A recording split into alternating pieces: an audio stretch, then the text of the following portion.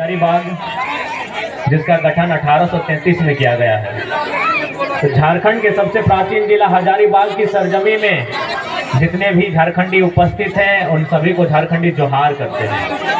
और आज ढलती हुई शाम झारखंड के उगते हुए सूरज का अनुमान कर सकती है।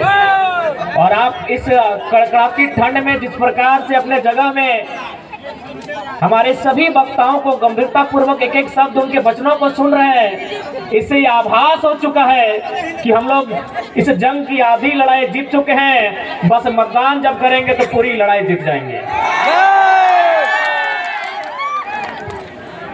कि वह खून कहो किस मतलब का जिसमें उबाल का नाम नहीं, कि वह खून कहो किस मतलब का जिसमें उबाल का नाम नहीं, वह खून कहो किस मतलब का जो आ सके देश के काम नहीं।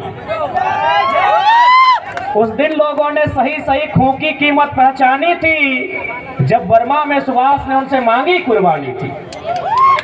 बोले स्वतंत्रता की खातिर बलिदान तुम्हें करना होगा, बहुत जी चुके हो जग में तुम्हें मरना होगा।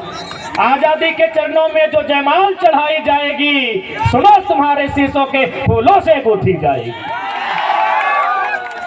यह आजादी का संग्राम भला पैसों पर खेला जाता है, यह शीश कटाने का सौदा नंगे सर झेला जाता है।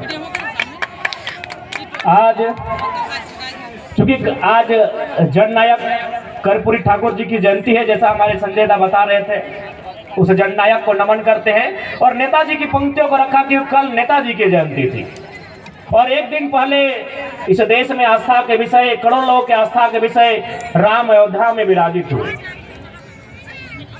चूंकि देश में एक माहौल, एक गीत बना, राम आएंगे, हम तो कहेंगे राम के साथ भगत सिंह भी आए, डॉक्टर अंबेडकर भी आए, एपीजे अब्दुल कलाम भी आए, महात्मा गांधी भी आए, सरदार पटेल भी आए, चंद्रशेखर आजाद भी आए, अशफाक अली खां भी आए।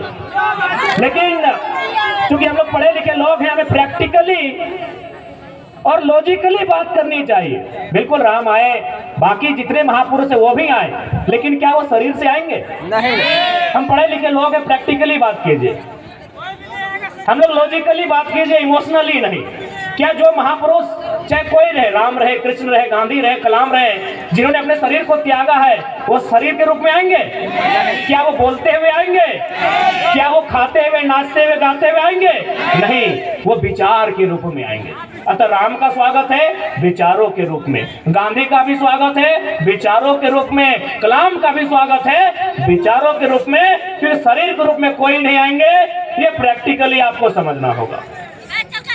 यानी हम स्वागत करते हैं, राम आएंगे स्वागत करते हैं। अब आप कहेंगे कि अब तक हमने कभी सभाओं में इसका जिक्र नहीं किया, आज क्यों नहीं? इसलिए कि कुछ दिन बाद हजारीबाग के सांसद राम जी के नाम पर वोट करेंगे, राम जी के नाम पर वोट मांगेंगे।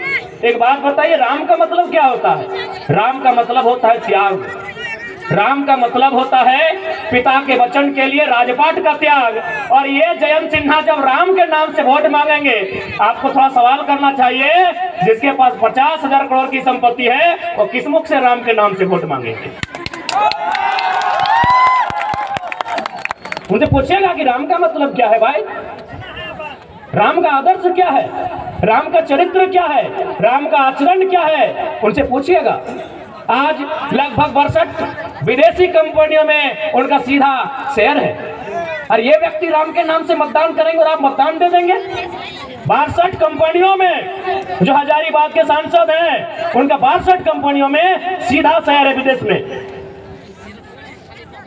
वो तो आप जानेंगे कि परसेंटेज कितना है, लेकिन मुझे जहां तक जानकारी है 62 कंपनियों में इन ढोंगियों का, इन पाखंडियों का सीधा शेयर है। यदि राम जी के पास 50,000 करोड़ की संपत्ति होती तो वो क्या करते? अरे वो बिशुनगढ़ के 45 मजदूरों को सऊदी अरब में नहीं छोड़ते,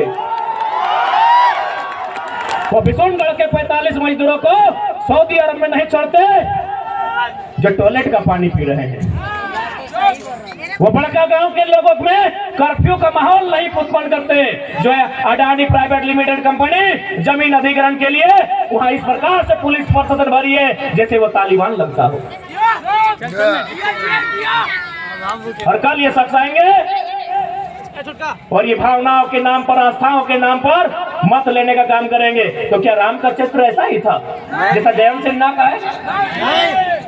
इसलिए आज राम यानी विचार, राम यानी आचरण, राम यानी आदर्श, राम यानी कर्तव्य।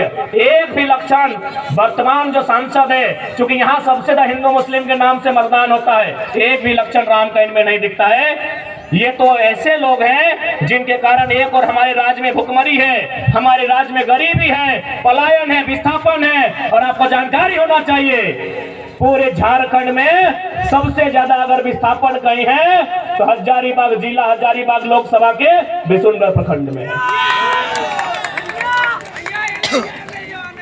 इसलिए आज मैं आपसे यही कहना चाहूंगा कि जब मत की बारी आए, ऐसे व्यक्ति को चुनिएगा जो आपकी बातों को दिल्ली में रख सके, जो आपकी बातों को दिल्ली को मजबूत कर सके, जो आपकी लड़ाई को लड़ सके।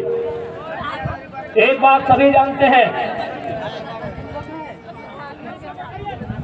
चाहे मीडिया के कर्मी हो या प्रशासन के लोग हो या सरकारी कर्मचारी हो, हर कोई यहाँ अपने जीवन में चाहता है कुछ संपत्ति का अर्जन करके चले जाए। लेकिन आपको जानकारी होनी चाहिए, आज जिस प्रकार से झारखंड का माहौल बना है, कहीं सड़क चौड़ीकरण के नाम पे, कहीं डैम के नाम में, कहीं तालाब के नाम में, कहीं माइंस के नाम में, कहीं फैक्ट्री स्थापित करने के नाम में हमारी जमीनें कौड़ी के भाव ले रहे हैं।